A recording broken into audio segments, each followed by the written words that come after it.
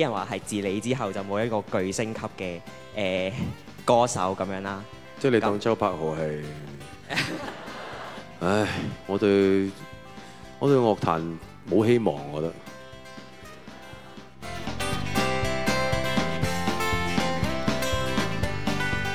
陳奕迅吹水就犀利啫，有冇見過一個認真演講嘅佢呢？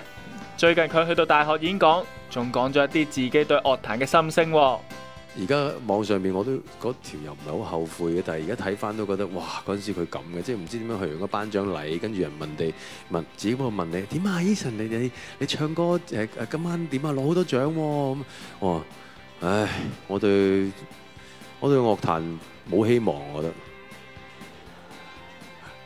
啲聲好差，同埋唱嗰啲歌即係唔尊重咯，即係得個分幾鐘。即係我通常發呢啲牢騷都係因為係想為件事好嘅。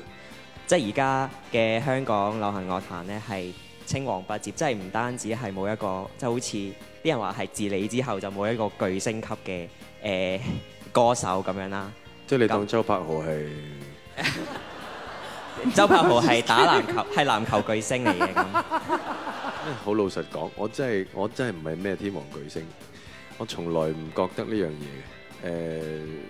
即係都係一個稱呼嚟嘅啫。講真，個樂壇係咪真係咁差咧？如果你話差嘅咧，我只係覺得要揾多啲大家都認同唱得好嘅人。其實呢個係大家一路都努力緊嘅。我真係冇諗過，從來都冇諗過唔做呢一行嘅。可能我真係太愛呢一行啦，即係太愛表演啊，太愛唱歌啊！沉迷或放棄，亦無可不可。